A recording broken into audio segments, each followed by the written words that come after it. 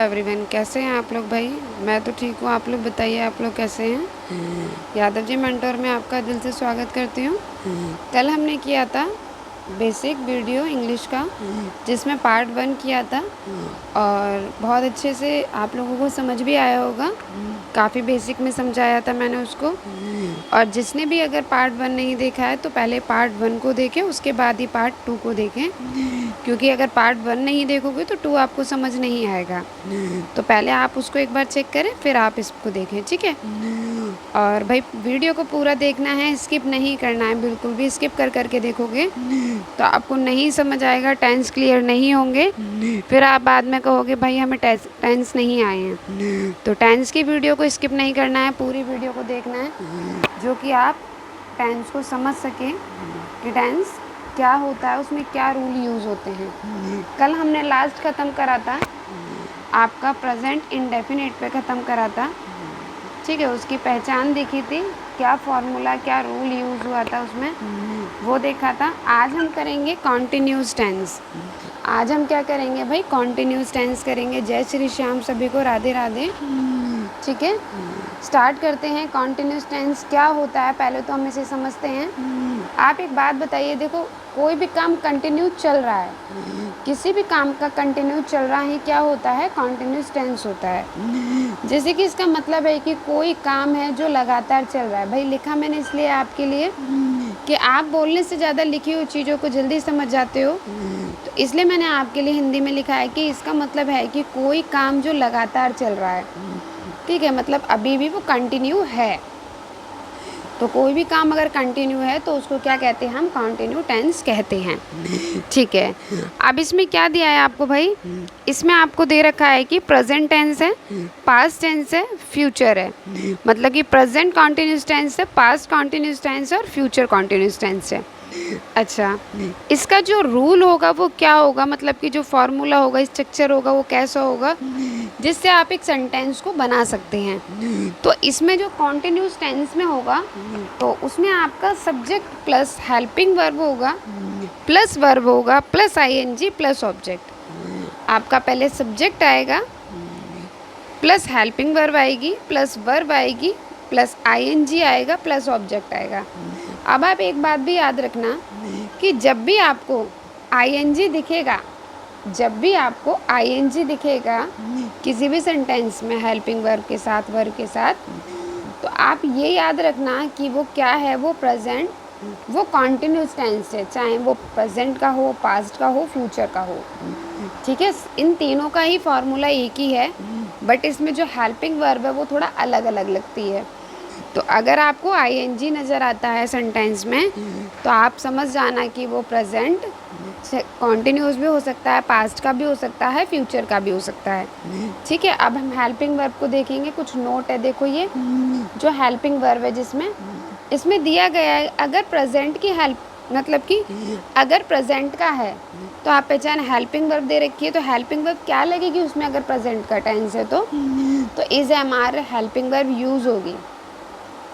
अगर present continuous का tense है तो हेल्पिंग वर्ब हम क्या यूज़ करेंगे भाई, हम हेल्पिंग वर्ब यूज़ करेंगे इज एम आर। अगर पास्ट कॉन्टिन्यूस का टेंस दे रखा है तो आप हेल्पिंग वर्ब क्या यूज़ करोगे, तो वॉज वर यूज़ करोगे, ठीक है। अगर फ्यूचर कॉन्टिन्यूस का टेंस दे रखा है तो आप कौन से हेल्पिंग वर्ब का यूज़ करोगे, तो विल बी का यूज़ करोगे।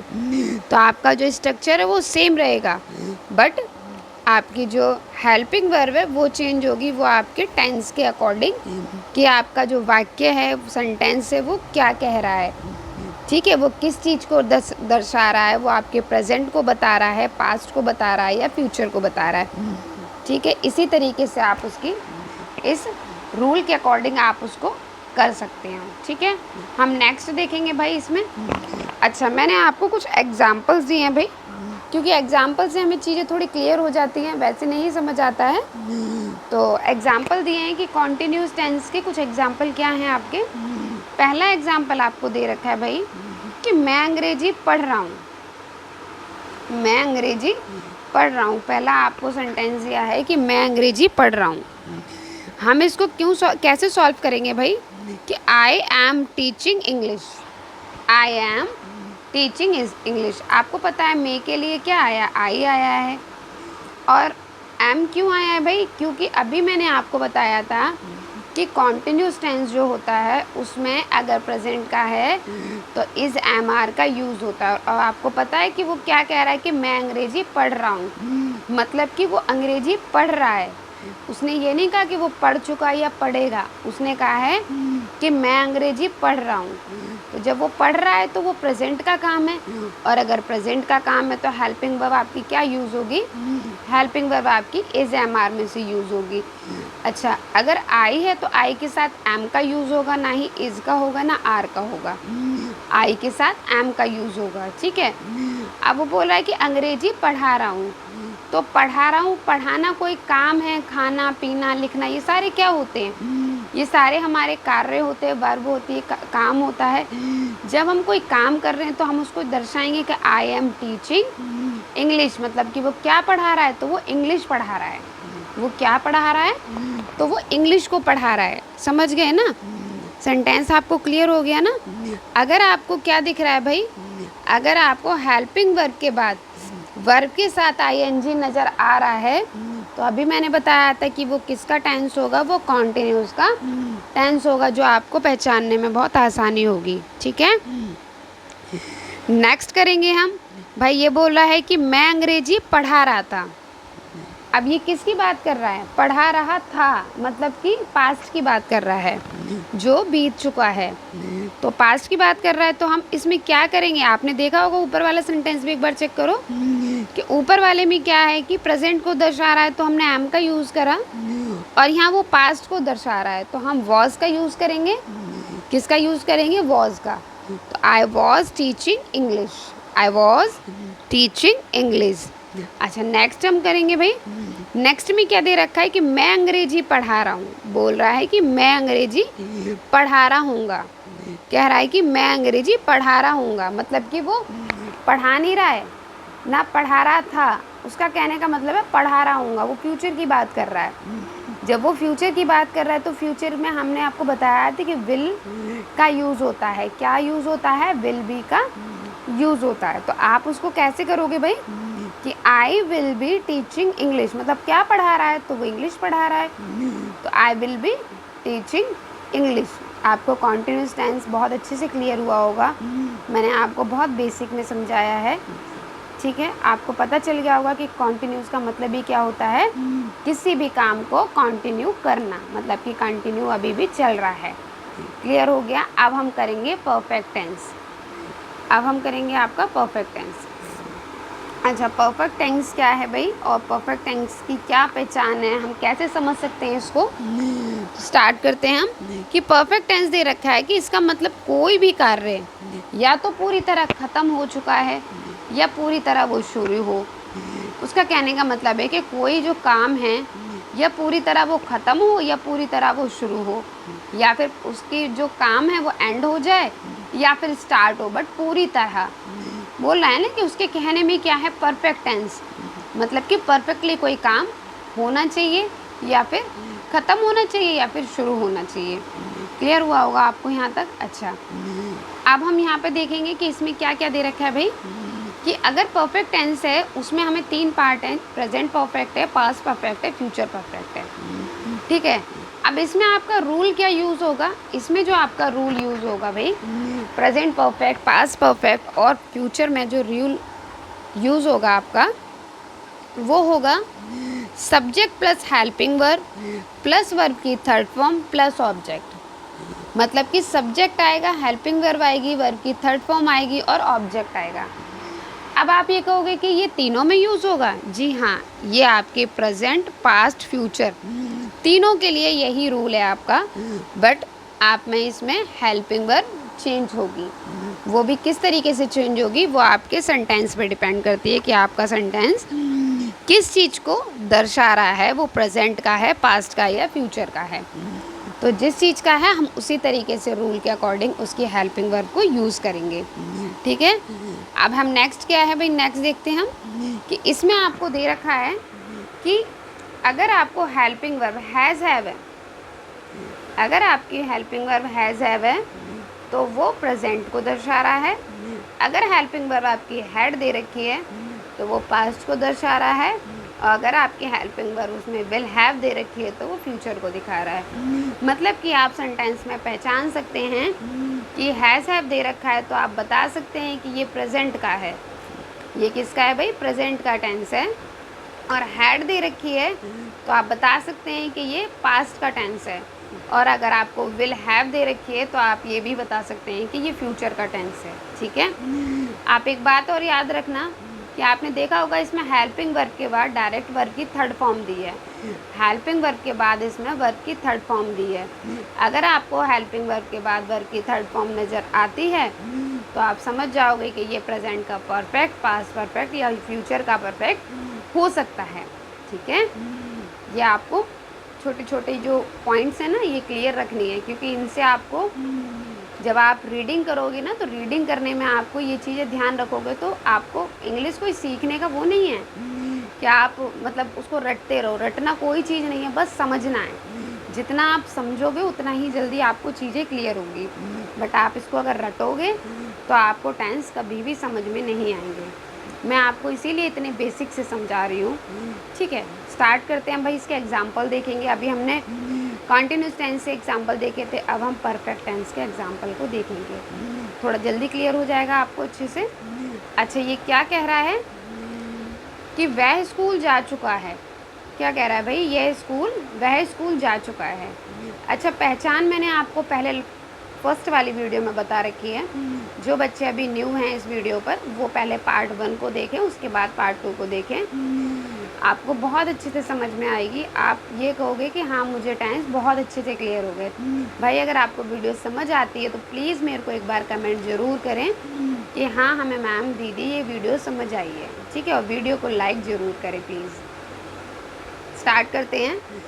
वो कह रहा है कि वह स्कूल जा चुका है। अच्छा, वह स्कूल जा चुका है, उसका कहने का मतलब है कि वह स्कूल जा चुका है। ठीक है, अब स्कूल जा चुका है ना, वो उसने कहा है स्कूल जा चुका है। अब तो एक बात ये भी याद रख सकते हो आप, देखो चुका है तो अभी की बात हो रही है ना। अगर अभी की बात हो रही है तो मैंने क्या बताया था कि जो अभी की बात हो रही है तो हम बता सकते हैं कि ये प्रेजेंट का है। और प्रेजेंट का कौन सा है? तो ये चुका है, तो ये परफेक्ट है, तो प्रेजेंट परफेक्ट है। ये तो आपको पता लग गया कि आपने वाक्य को कैसे पहचाना। अच्छा, अब हम इसको सॉल्व करेंगे। कैसे? हमें अभी फॉर्मूला दे रखा था कि सब्जेक्ट, यहाँ दिया था subject helping verb plus verb की थर्ड फॉर्म और प्लस ऑब्जेक्ट। अब एक बार आप सब्जेक्ट जो दिया है देखो, तो हमारा सब्जेक्ट क्या है? ये रहा, ही। और अब इसने बोला है कि हेल्पिंग वर्ब, क्या कहा है इसने? Helping verb. तो आपकी हेल्पिंग वर्ब कहाँ है भाई? हेल्पिंग वर्ब आपकी क्या लगेगी? अभी मैंने समझाया था कि अगर प्रेजेंट का होगा तो आप कौन सी हेल्पिंग वर्ब का यूज़ करेंगे? आप हैज़ हैव का यूज़ करेंगे। ही क्या है भाई? सिंगुलर है। ही क्या है? सिंगुलर है। तो सिंगुलर के साथ जो हेल्पिंग वर्ब आएगी वो कैसी आएगी? सिंगुलर ही आएगी।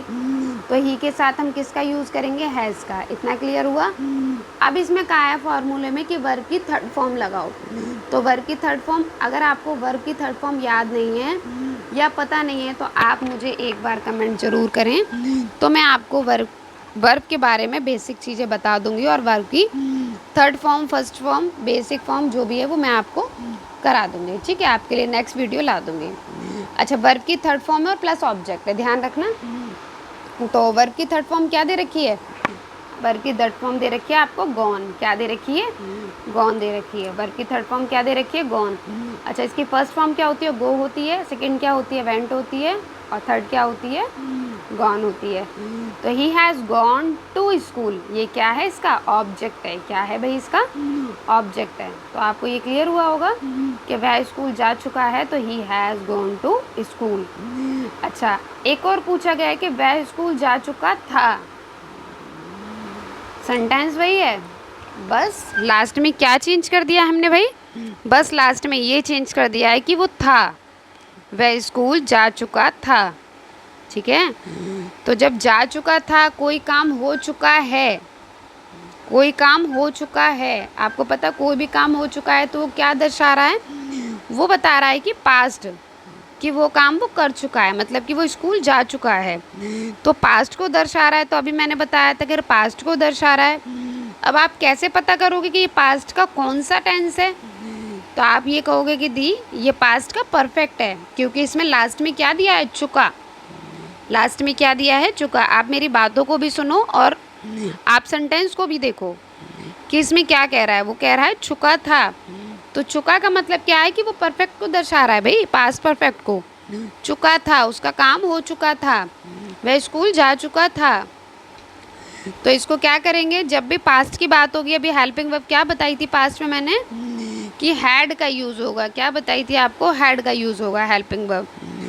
तो अगर हम लिखेंगे तो कैसे लिखेंगे, ही हैड गोड टू स्कूल। देखो सारा सेम है ना, बस हैज़ की जगह पे हमने क्या लगा दिया भाई, हैड लगा दिया।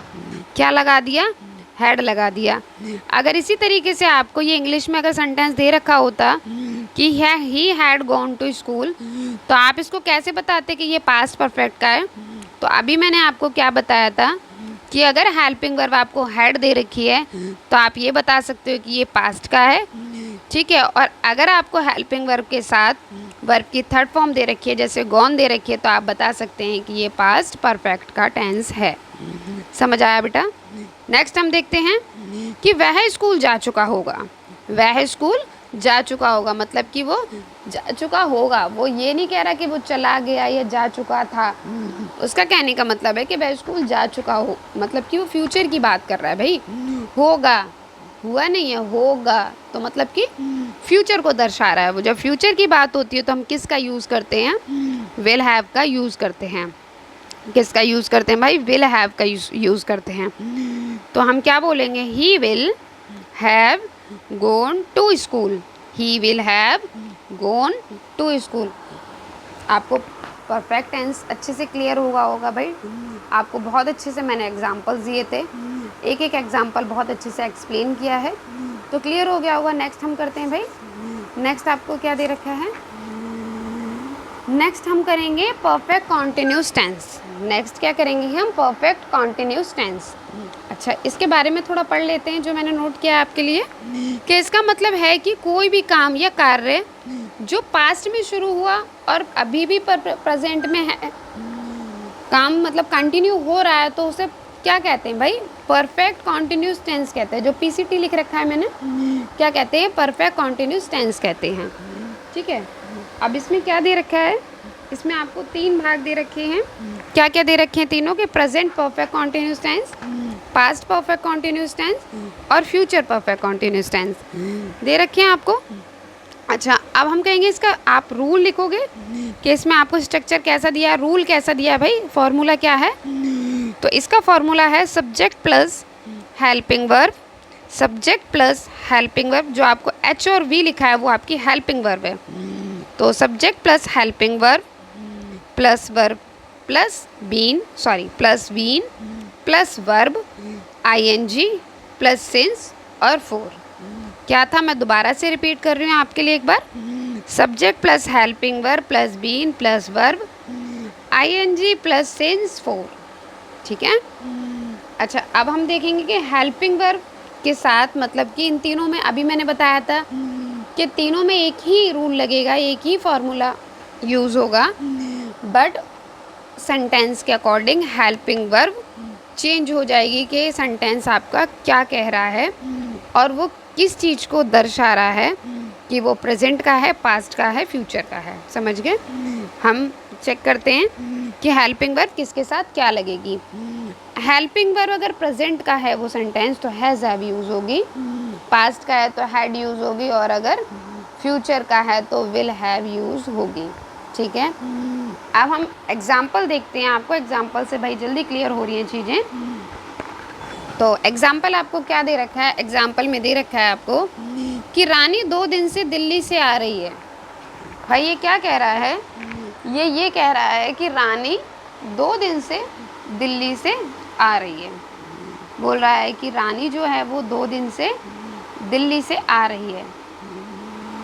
2 दिन से दिल्ली से आ रही है, देख लिया ना, सेंटेंस समझ में आ गया ना। अब हम कैसे लिखेंगे कि Rani has been coming from Delhi for 2 days। Rani has been coming from Delhi for 2 days।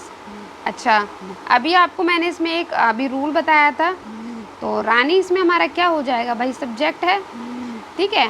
Has been आपको हेल्पिंग वर्ब बोला था ना, तो हैज़ आपकी हेल्पिंग वर्ब हो गई, उसके साथ आपने बीन लगा दिया, ध्यान से समझना। और वर्ब क्या है आपके, अभी मैंने बताया था, आना जाना खाना सोना घूमना, ये सब क्या होती है, वर्ब होती है। और वर्ब के साथ ही क्या लगता है आपका, आईएनजी ऐड होता है। तो कमिंग क्या है आपकी, वर्ब है, वर्ब के साथ क्या लगा दिया आपने, आईएनजी लगा दिया। और जो आपको से दे रखा है, दिल्ली से, तो से के लिए आपका क्या यूज़ हुआ है, फ्रॉम यूज़ हुआ है, क्या हुआ है भाई, फ्रॉम यूज़ हुआ है। और दिल्ली कहाँ से भाई, दिल्ली, तो फ्रॉम दिल्ली, क्या फ्रॉम दिल्ली फॉर, बोल रहा है कि 2 दिन से, क्या कह रहा है भाई, 2 दिन से, तो फॉर 2 डेज, 2 दिन से तो फॉर 2 डेज। क्लियर हो गया होगा भाई, अच्छे से समझाया मैंने आपको, रूल में लगा के बताया है कि कैसे कैसे आप इसको सॉल्व कर सकते हैं। अच्छा, नेक्स्ट हम इसका सेंटेंस देखेंगे भाई, क्या दे रखा है। वीडियो समझ आ रही है आप सब लोगों को, एक बार मुझे लाइक ज़रूर करें भाई, और कमेंट ज़रूर करें कि आपको वीडियो कितने अच्छे से समझ में आई, क्या चीज़ें क्लियर हुई क्या नहीं क्लियर हुई, कमेंट ज़रूर करें, ठीक है।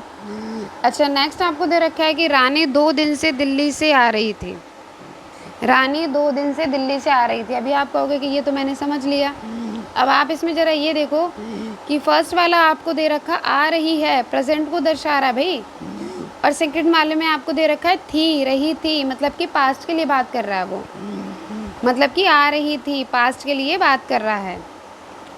तो अभी मैंने क्या बताया था कि जब भी अगर प्रेजेंट का है, पास्ट का है, फ्यूचर का है, तो हेल्पिंग वर्ब उसी के अकॉर्डिंग यूज़ होगी। तो मैंने यहाँ लिखा है कि रानी वॉज, रानी वॉज, ठीक है। अब आप ये ध्यान रखना कि इसमें हेल्पिंग वर्ब जो है आपकी रानी वॉज, आगे जो सेंटेंस है वो सेम इसी तरीके से आपका नोट हो जाएगा, ठीक है। नेक्स्ट हम देखेंगे कि इसमें आपको दे रखा है इम्पोर्टेंट पॉइंट्स, क्या दे रखे हैं भाई, इम्पोर्टेंट पॉइंट्स दे रखे हैं, जो हम देखेंगे क्या इम्पोर्टेंट पॉइंट्स हैं आपके लिए। अच्छा, हेल्पिंग वर्ब के बारे में कुछ पॉइंट्स दे रखे हैं जो आपको बहुत अच्छे से समझ रहे हैं, थोड़ा बेसिक है, बेसिक क्लियर होना भी बहुत ज़रूरी है। तो हम ज़रा देखेंगे क्या है बेसिक आपका भाई इसमें। स्टार्ट करते हैं हम कि देखो, हेल्पिंग वर्ब में अगर सेंटेंस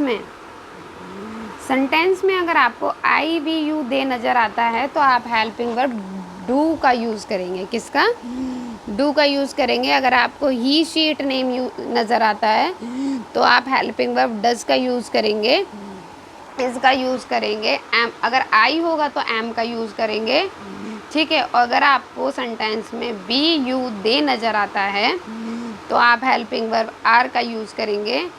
और अगर आपको has, he she it name में आपकी हेल्पिंग वर्ब ही हैज़, हैज़ बीन, वॉज, ये सारी आपकी जो भी ही शी इट नेम है उसके साथ आपकी ये हेल्पिंग वर्ब यूज़ होती है, ठीक है।